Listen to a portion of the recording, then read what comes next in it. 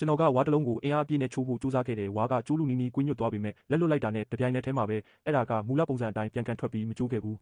ကျွန်တော်ဆရာကဒါကိုမြင်တဲ့အခါဝါပင်တပင်ကိုပေါ့ပေါ့ပပဆွဲယူပြီးဝါရဲ့ထိပ်ဖျားစီကိုလင်းမြန်စွာရှောက်သွားကသူ့ရဲ့ပေါင်ကျွတ်သားအားကိုအသုံးပြုပြီးဝါကိုလှည့်ပတ်လိုက်တယ်ဖြစ်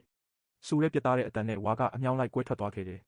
ကျွန်တော်လည်းသူ့အတိုင်းနမူနာယူပြီးခြေထောက်ကိုမြောက်ကဝါကိုညှက်ပြီးအကြိမ်နှဲငယ်လှည့်ပတ်လိုက်တယ်ဒါပေမဲ့ဝါကကျွန်တော်ရဲ့အရေးပြားကိုဓာတ်နဲ့မွန်းတယ်လို့ဖြစ်သွားရုံသာမကဝါရဲ့ဆက်နိုင်စွမ်းကြောင့်မြေပေါ်ကိုပါလွတ်စင်ကျသွားခဲ့တယ်ကျွန်တော်ဆရာကစိတ်ပြတ်စွာနဲ့ထွက်သွားခဲ့ပေမဲ့ကျွန်တော်ကတော့လက်မလျှော့ခဲ့ဘူးနာကျင်မှုကိုခံစားရင်းဝါကိုဆက်လက်ဆုပ်ကိုင်ပြီးအဲ့ဒီလှုပ်ရှားမှုကိုထပ်ခါတလဲလဲလုပ်ခဲ့တယ်မကြခင်မှာပဲကျွန်တော်ပေါင်တွေဟာတွေးဆွန်းထင်းမှုတွေနဲ့ပြည့်နေခဲ့တယ်ထက်ခါတလဲလဲစူးစမ်းမှုတွေအတွင်းမှာကျွန်တော်ဟာလှုပ်ဝက်ချက်ကိုရုတ်တရက်သိရှိသွားခဲ့တယ်ဒီတစ်ချိန်မှာတော့ကျွန်တော်ဝါကိုထက်ညက်ပြီးလှည့်လိုက်တယ်အချိန်နှဲငယ်လှည့်ပြီးနောက်ဝါဟာမျောလင့်ထားတဲ့အတိုင်းနောက်ဆုံးမှာကျိုးထွက်သွားခဲ့တယ်ပြင်းပြင်းထန်ထန်လေ့ကျင့်မှုလပေါင်းများစွာကြာပြီးနောက်မှာတော့ကျွန်တော်ဟာဝါစာတွေနဲ့မပြတ်ပဲဝါသုံးလုံးကိုတပြိုင်နက်ချိုးနိုင်ခဲ့တယ်ဒါပေမဲ့ကျွန်တော်ဆရာကတော့အခုထိအားမရသေးဘူးသူကကျိုးနေတဲ့ဝါချောင်းတစ်ချောင်းကိုကောက်ယူပြီးကျွန်တော်ကိုရိုက်လိုက်တယ်ကျွန်တော်ဂုံယူနေတဲ့ပုံစံကိုကြည့်နေတော့မှပဲဝါချောင်းကကျွန်တော်အရေးပြားကိုဓာတ်နဲ့မွန်းတယ်လို့ဖြစ်သွားခဲ့တယ်တကယ်တော့ကျွန်တော်ဆရာကကျွန်တော်ကိုတန်ချဝတ်အတတ်ပညာကိုလေ့ကျင့်ပေးနေတာဖြစ်ပြီးကျွန်တော်ရဲ့တခုတည်းသောအားနည်းချက်ကအခုချိန်မှာတော့ကြောက်ကပ်ဖြစ်နေတယ်ဒီအားနည်းချက်ကိုပြုပြင်ဖို့အတွက်ကျွန်တော်ဆရာကဝါကိုစူးချောင်းပါတဲ့ခေါ်ပြားနဲ့အစားထိုးလိုက်ပြီးကျွန်တော်ရဲ့ကျွမ်းကျင်မှုတွေတဖြည်းဖြည်းတိုးတက်လာခဲ့တယ်ကျွန်တော်ရဲ့ဒုတိယညီကိုလည်းတိုင်းပညာသင်ယူခြင်းခဲ့ပေမဲ့မမျှော်လင့်ထားပဲသူ့ရဲ့ဆရာကတူဟူးရောင်းသူဖြစ်နေတယ်ကျွန်တော်ဒုတိယညီကိုကကြီးမားတဲ့ကြောက်ကြိတ်ဆုံကိုမြင်တဲ့အခါမှာလက်ကင်မပါတာကိုသတိထားမိလိုက်တယ်သူ့ဆရာကသူ့လက်တွေကိုကြည့်ပြီးတံပြားသုံးစရာမလိုပဲပဲပုတ်တွေကိုအရင်စီးတက်ဖို့ပြောလိုက်တယ်အကူညီမဲစွာနဲ့ကျွန်တော်ဒုတိယညီကိုဟာပဲတွေကိုသူ့လက်ပလာနဲ့မှွေပေးခဲ့ရတယ်ပဲပုတ်တွေပူလာတဲ့အခါမှာသူဟာအပူဒဏ်ကိုမခံနိုင်တော့ပေမဲ့မရက်တက်နိုင်ခဲ့ဘူးရက်လိုက်ရင်သူ့ဆရာရဲ့အပြစ်ပေးခြင်းကိုခံရမှာဖြစ်တယ်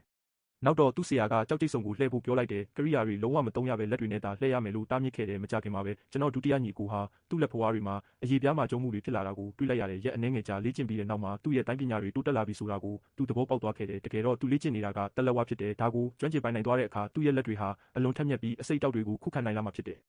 ကျွန်တော်ရဲ့တတိယညီကိုရဲ့အတွေ့အကြုံကတော့ပိုပြီးဆိုးရွားပါတယ်သူ့ကိုသူ့ဆရာကအင်တာတန်ရှင်းရေးလုပ်ဖို့တာဝန်ပေးခဲ့တယ်သူပြင်းရနေတဲ့အခါတိုင်းသူ့ဆရာကချိန်လုံးနဲ့ရိုက်ပြီးအင်တာချင်းတွေကိုတွန်းချလိုက်ကအပြင်ကိုတက်ခွင့်မပေးခဲ့ဘူးတကယ်တော့သူ့ဆရာကသူ့ခန္ဓာကိုယ်တစ်ခုလုံးရဲ့ပောက်ကွဲအားကိုလေ့ကျင့်ပေးဖို့အတွက်အင်တာချင်းတွေကနေခုန်ထွက်ဖို့နီးလက်ရှာခိုင်းတာဖြစ်တယ်မထင်မှတ်ထားပဲအင်တာချင်းကအောက်ခြေမရှိသလိုဖြစ်နေပြီးရေပေါ်ပေါ်နေတဲ့အားကအယမ်းများတာကြောင့်သူဘလောက်ပဲဦးစားခုန်လိုက်နည်းနည်းလေးပဲခုန်နိုင်ခဲ့တယ်သူအပြင်ကိုတက်ဖို့ကြိုးစားနေလို့မှပဲသူ့ဆရာကဘသူရဲ့အပြင်တက်တဲ့အဲ့ဒီလူကလိပ်ပဲလို့អော်လိုက်တယ်အင်တာချင်းရဲ့အနံ့အသက်ကမခံမရက်နိုင်အောင်ဆိုးရွားတာကြောင့်သူ့အပြင်ကိုတက်ခဲ့ပြီးသူ့ဆရာရှိမှတူးထောက်ကသူဟာလိပ်တကောင်ဖြစ်ကြောင်းဝန်ခံခဲ့တယ်သူအိမ်ပြန်ရောက်တဲ့အခါမှာအညစ်အကြေးတွေနဲ့ပြည့်နေပြီးပင်ပန်းနွမ်းနေခဲ့တယ်။လောက်ဝက်ကြာပြီးနောက်မှာကျွန်တော်တတိယညီကိုဟာနောက်ဆုံးမှာခြေထောက်နှစ်ဖက်လုံးမြေပြင်နဲ့လုံးဝကင်းကွာအောင်အင်တာချင်းတွေကနေခုန်ထွက်နိုင်ခဲ့တယ်။ဒါပေမဲ့သူခုန်ထွက်လိုက်တာနဲ့တပြိုင်နက်တည်းမှာပဲသူ့ဆရာကရုတ်တရက်သူ့ကိုရိုက်ဖို့ချိန်လုံးကိုလွှဲလိုက်တယ်အဖမ်းမခံရအောင်ကျွန်တော်တတိယညီကိုဟာရှက်ရွံ့စွာနဲ့တွတ်ထွက်ခဲ့ရတယ်။သူ့ဆရာနဲ့စကားပြောပြီးနောက်မှာသူကအင်တာချင်းတွေကိုနောက်ပြန်လန်ချဖို့ကြိုးစားခဲ့တယ်နောက်ထပ်တစ်လကြာပြီးတဲ့အခါကျွန်တော်တတိယညီကိုဟာအင်တာချင်းတွေကနေလွယ်လွယ်ကူကူခုန်ထွက်နိုင်ခဲ့တယ်သူ့ဆရာကချိန်လုံးကိုထပ်လွှဲလိုက်တဲ့အခါမှာသူကလွယ်လွယ်ကူကူရှောင်တိန်နိုင်ခဲ့တယ်သူ့ဆရာကနောက်ဆုံးမှာကျင်းတဲ့အပြုံးကိုပြသခဲ့ပြီး